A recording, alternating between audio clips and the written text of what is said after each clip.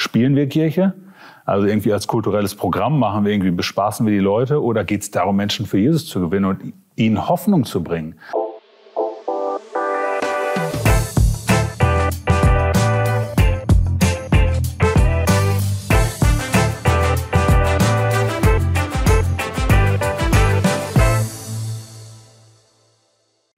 Als LiveNet haben wir uns ja stark auf die Fahne geschrieben, immer wieder Impulse zu setzen, die Leben verändern. Und das hat natürlich sehr schnell auch mit Leiterschaft zu tun. Und deshalb freut es mich sehr, dass ich heute einen Talk hier aus Wiedenest bringen darf oder ein Gespräch mit dem Daniel Wolf führen darf. Er ist der Leiter der K5 Leiterausbildung. Die machen diverse Kurse, vor allem online, und da kann man sich einklinken und direkt auf diese Themen eingehen. Und ja, das Spannende ist eigentlich, also erstmal herzlich willkommen, oder ja, ich bin ja zu Gast bei euch sozusagen ein Danke. Bisschen. Ja. Schön, dass du hier bist. Genau, also es ist ein Projekt, das ihr in Kooperation macht, hier mit dem Forum Wiedenest, wo wir jetzt sind, aber auch ihr als Gemeinde, wo du auch als Pastor drin bist. Genau. Ja, wir haben es tatsächlich schon 2005 den ersten Durchlauf gemacht, wo wir angefangen haben mit Leitertraining, eigentlich aus der Not heraus, dass wir als Kirche gemerkt haben, wir müssen sehr schnell in Leiter investieren. Da war ich noch gar nicht Teil davon. Aber ich war Teil von dem ersten K5 sozusagen. Da hieß es noch gar nicht K5. Da wurde es bei uns in der Kirche gemacht. Und ich habe Theologie studiert und während meinem Theologiestudium gemerkt, oh, hier ist ein bisschen zu dünn, was Leiterschaft angeht. Ich muss noch was anderes machen und bin darauf gestoßen und bin dann immer dahin gefahren. Und daraus ist dann irgendwann ist die Plattform immer größer geworden und immer mehr Menschen haben Interesse an dieser Ausbildung gehabt, obwohl es eigentlich erstmal für eine Kirche gestartet hat, für die Kirche für Oberberg. Und dann ist eben K5 entstanden in Kooperation mit Wiedenest. Genau. Ist denn nach deiner Beobachtung allgemein ein bisschen dünn, was Leiterschaft angeht? Ja, ich glaube, da hat sich in den letzten Jahren zwar einiges getan, aber damals war es wirklich ziemlich dünn, würde ich sagen. Und ich habe das an mir selbst erlebt, dass ich dann, als ich in den Gemeindedienst kam, ich habe spaßhalber gesagt, nach 4 Monaten habe ich so viel gelernt wie in 4 Jahren Theologiestudium. Das stimmt natürlich nicht, aber es war so mein Empfinden, weil ich hier plötzlich Dinge direkt umsetzen kann und learning by doing. Und deswegen glaube ich schon, dass wir viel mehr über Leiterschaft auch sprechen müssen. Auch wenn du natürlich nicht alles machen kannst in der theologischen Ausbildung oder in der theoretischen Ausbildung. Aber das brauchst du auf jeden Fall viel mehr. Und ich merke das auch bei vielen Kollegen dann auch, die völlig überfordert sind, wenn es dann losgeht. Und die Abbrecherquote sozusagen der Pastoren, viele Pastoren halten keine 5 Jahre durch. Das hat, glaube ich, auch was damit zu tun, dass es irgendwie nur eine Illusion gibt, wie der Pastorendienst eigentlich aussieht. So. Ja, man kann ja auch sagen, ein guter Theologe ist noch lange nicht ein guter Leiter, oder? Amen. Ja. Genau so ist es. Ja, genau. Und also vielleicht kann ich dort noch kurz ansetzen, wo wir überhaupt ins Gespräch gekommen sind und einander kennengelernt haben. Das war an der Leiterkonferenz in Karlsruhe, an diesem Kongress Willow Creek, wo ihr uns zum Apero eingeladen habt, noch am Abend irgendwie, und dann plötzlich kamen wir ins Gespräch und haben gesagt, ja, das könnte eigentlich etwas sein, was auch in der Schweiz eben vielen so angehenden Gemeindeleitern oder wer eben in diesen Dienst einsteigt, der helfen könnte. Ja. Wo stehen wir jetzt da strategisch? Also ist das klar für euch, dass ihr eine Strategie habt für Österreich, Schweiz und so weiter auch? Die gab es schon immer. Wir haben einen Traum für die Region Deutschland, Österreich, Schweiz, für den deutschsprachigen Raum. Es geht bei uns tatsächlich vor allem um den deutschsprachigen Raum, weil im Englischsprachigen gibt es auch viel schon Sachen Leiterschaft. Im deutschsprachigen gibt es natürlich auch einiges, aber da haben wir eigentlich ein Herz für, wie unsere Vision ist, ja. Deswegen würde ich die auch gerne mal an den Anfang stellen. Unsere Vision ist, wir sehen 1 Million Menschen, die Gott kennenlernen, befreit leben und unsere Gesellschaft positiv prägen. Und das ist eine Vision für den deutschsprachigen Raum, dass mehr Menschen Gott kennenlernen. Und dafür brauchst halt nicht nur, dass Menschen Gott kennenlernen, sondern Menschen, die sie dann an die Hand nehmen, also Leiter. Und deswegen, wir bilden Leiter aus genau dafür. Und das bezieht genauso Österreich und Schweiz ein. Das ist manchmal von unserem Wording her nicht ganz so einfach, weil wir dann häufig dann doch von unserem Land oder von Deutschland sprechen. Aber wir haben schon in Österreich Kirchen in den letzten Jahren begleiten können, oder wir hatten früher Standorte bei K5, und auch in der Schweiz waren zwischenzeitlich 300 Teilnehmer in der Schweiz, Teilnehmer bei K5. Genau. Deswegen alles online da auch schon oder vor Ort, physisch vor Ort? Genau, bisher, wir haben ja jetzt eine große Umstellung bei K5 vorgenommen, aber wir haben 10 Jahre lang in der Schweiz einfach Standorte gehabt, wo wir dann ein Programm gehabt haben, 4 Treffen im Jahr, Trainingstage, und die wurden dann gestreamt an Standorte. Und da hatten wir eben einzelne Kirchen, vor allem Kirchen in der Schweiz, die dann einen Standort eröffnet haben, entweder nur für sich als Kirche oder für die Region das geöffnet haben. Dann konnten Leute dazukommen und dann diese Trainingstage verfolgen mit Nacharbeitsmaterial dann in den nächsten Monaten. So war das Konzept bisher. Ja. Okay, also jetzt, wenn ich mir das ein bisschen vielleicht am Überlegen wäre als Pastor, ja, könnte das was sein bei mir, dann kommen ja sofort vielleicht so ein bisschen Fragen auf wie, ja, was ist denn die theologische Linie? Weil ich habe ja selbst so eine DNA oder Stallgeruch oder wie man das immer nennen möchte. Ist dann das nicht ein bisschen gefährlich oder kommt mir das in die Quere? Was würdest du da sagen? Ja, wir sind zunächst mal ein Leitertraining, eine Leiterausbildung und keine theologische Ausbildung. So, deswegen, wenn Leute dann sich an etwas stoßen oder haken oder an einer Person, dann ist das meine erste Antwort eigentlich. Wir machen hier keine großartigen theologischen Aussagen, sondern ich glaube, unser Herz ist, die Christen zusammenzubringen, auch über ein Thema, was jetzt dann theologisch gar nicht so also man spricht bei uns nicht über Erwählung oder freier Wille oder sowas, das ist nicht das Thema, sondern es geht um Leiterschaftsthemen. Gleichzeitig muss ich natürlich sagen, auf jeden Fall haben wir für uns eine klare theologische Haltung und sind sehr klar bei uns. Aber wir versuchen, möglichst ein breites Feld abzubilden. Bei uns gibt es jetzt im deutschsprachigen Raum, ich kenne die Verbände dann im Schweizer Bereich nicht, aber dann sowohl Leute aus der Brüdergemeinde als auch aus der Pfingstgemeinde, evangelische Kirche und auch katholische. Also deswegen, wir haben eine sehr große Breite, aber es sind eben nicht die Themen, die dann so Streitthemen sind, weil es die in der Leiterschaft dann so nicht gibt. Okay. Und dann eben auch die Vielfalt, die zeigt sich dann auch wahrscheinlich an den Referenten und Referentinnen, die ihr da einladen könnt, jeweils in die Sessions.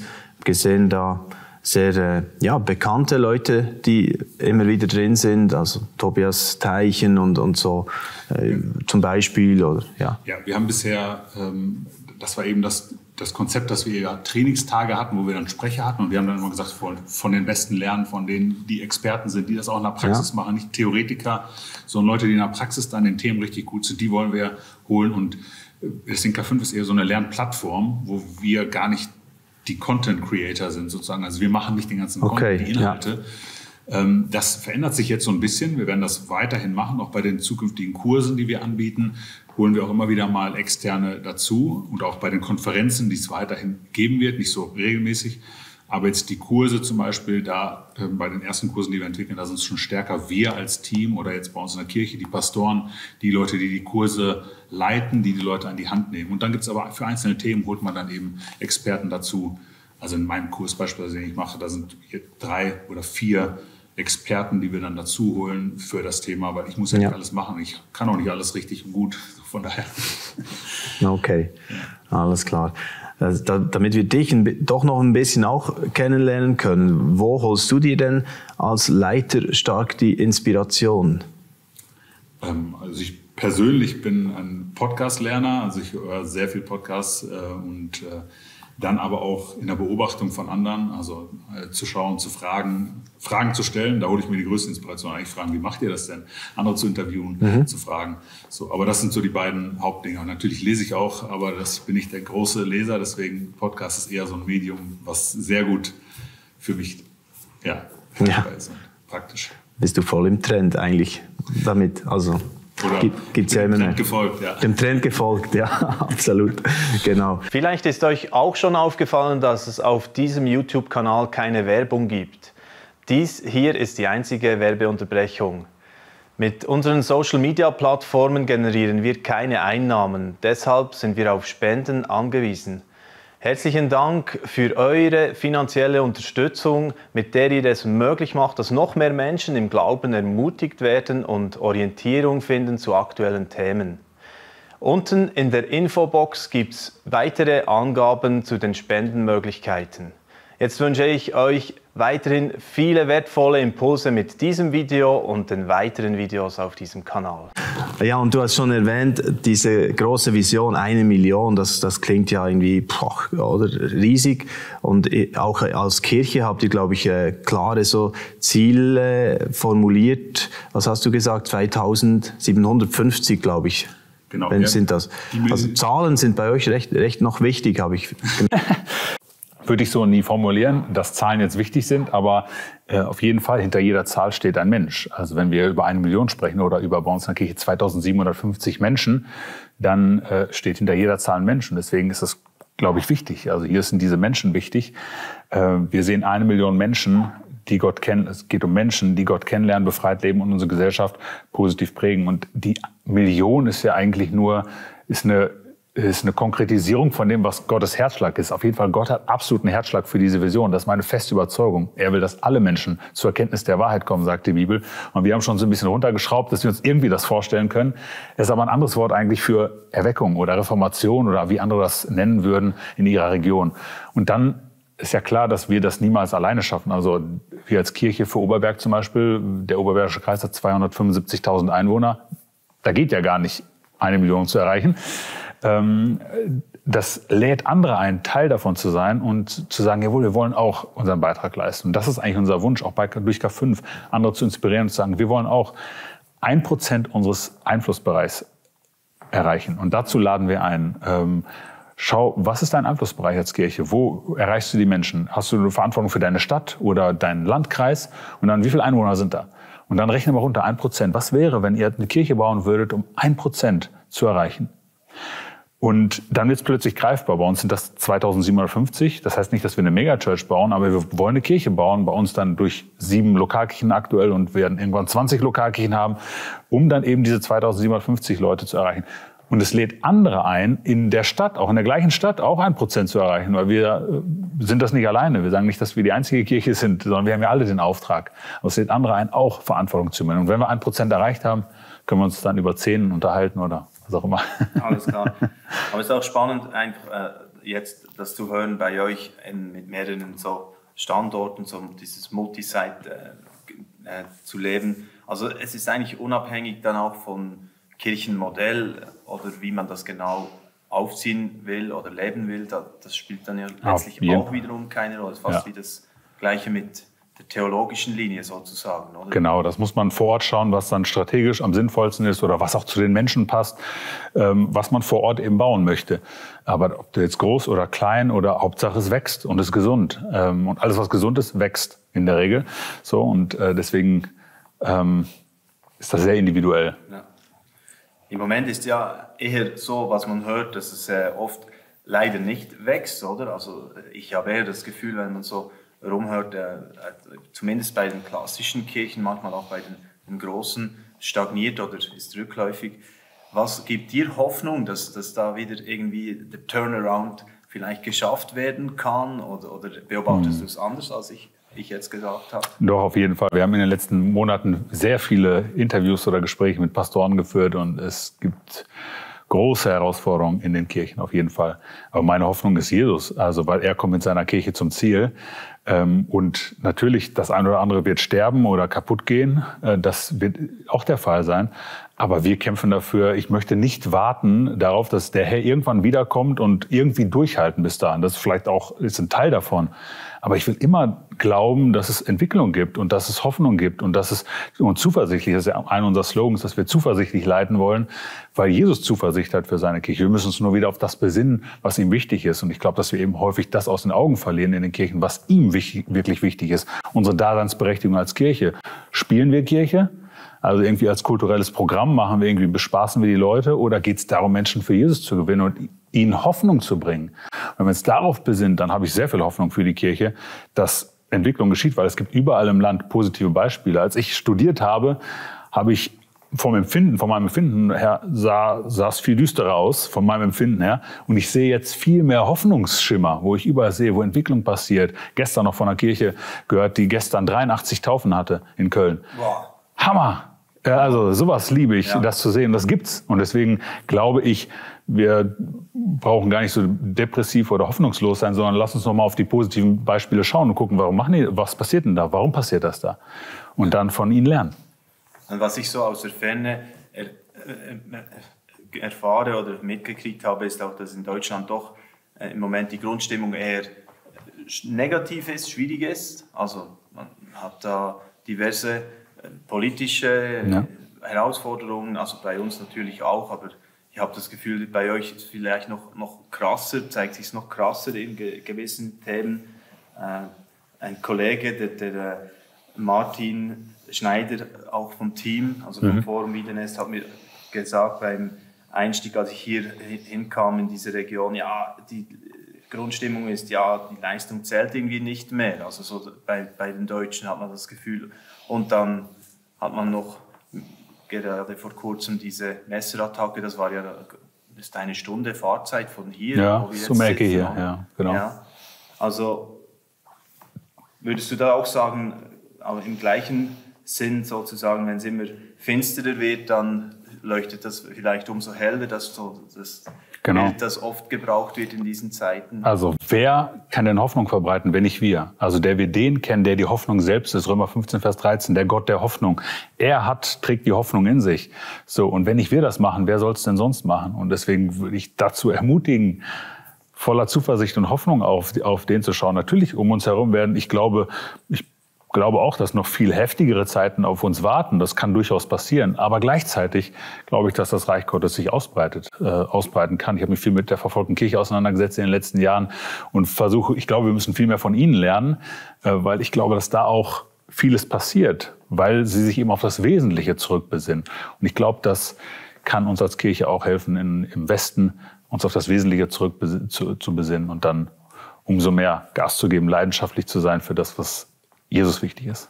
Und das ist das, was du vorhin schon ein bisschen gesagt hast, auch als Kirche das wieder zu entdecken, nicht zu bespaßen, sondern eben das Wesentliche, also auch jünger machen und was das alles heißt. Genau. Deswegen glaube ich, dass es für eine Gemeinde extrem wichtig ist, sich diese Frage mal zu stellen, sind wir noch in einem Auftrag unterwegs? Und dafür muss ich wissen, was ist denn der Auftrag? Und dann eine Ausrichtung zu haben als Kirche. Was wollen wir eigentlich? Das vor Augen zu haben. Und da hapert es, glaube ich, schon bei den meisten Kirchen, dass man nicht so genau weiß, was möchte man eigentlich? Wofür ist man eigentlich da? Das scharf zu bekommen, wofür sind wir da? Und dann alles darauf zu setzen. Und das ist wahrscheinlich dann etwas, das ihr eben auch innerhalb der K5-Ausbildung anschaut, in diversen Sessions auch schärft vielleicht oder wieder reflektiert, wie sieht das bei mir in der Kirche eben aus. Genau. Also das greift ineinander dann.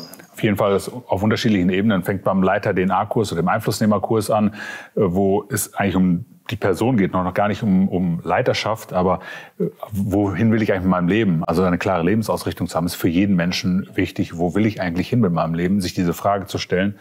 Und dann aber auch bei einem Gruppenleiterkurs beispielsweise, wo wir dann fragen, ich muss für mein Team auch wissen, wo geht unsere Reise hin, was wollen wir eigentlich? Sonst haben die Leute keinen Bock mitzuarbeiten. Und dann natürlich auf der Gesamtleiterebene genauso. Wo wollen wir als Kirche hin? Wenn die Leute nicht merken, dass wir irgendwo hin unterwegs sind, dann werden sie nicht lange dabei bleiben wollen. Ja. So. Alles klar, ich glaube, die Botschaft ist schon mal gut angekommen jetzt, Daniel, dass man so spürt, auch dein Herz einfach für dieses Thema Leiterschaft, klar hinschauen, wie sieht es wirklich aus bei mir in der Gemeinde und schlussendlich, dass mehr Menschen eben aufstehen und ihren Part übernehmen, die Verantwortung übernehmen als Leiter auch in den Gemeinden. Ja. Herzlichen Dank für das Gespräch. Hat mich sehr gefreut. Genau. Und wie sich diese Partnerschaft auch noch weiterentwickeln wird, auch LiveNet K5, das ist noch ein bisschen jetzt aktuell die Fragestellung. Also wir sind das ein bisschen am Bewegen. Wie könnte das auch in der Schweiz mehr und mehr greifen? Aber bereits jetzt kann man natürlich auf die Webseite gehen von K5 und wir werden da die entsprechenden Links sowieso platzieren bei uns auf der Homepage und einfach sich informieren. Und vielleicht ist das für die eine oder andere Person, die jetzt schon zuschaut, genau das, was sie braucht, diesen Impuls eben im Moment wieder im Gemeindedienst oder sonst allgemein im Leben, nicht nur bezogen auf Gemeindeleiterschaft, sondern auch sonst. Das kann ich sehr empfehlen und wir werden sicher dranbleiben mit diesem K5 und bald folgt noch mehr auf unseren Kanälen. Herzlichen Dank fürs Interesse und bis bald. Mitten in Bern, direkt am Bahnhof, ist LiveNet täglich ein Impulsgeber für die Schweiz. Mit unserer Medien- und Beratungsarbeit setzen wir gezielt Impulse, die das Leben nachhaltig verändern.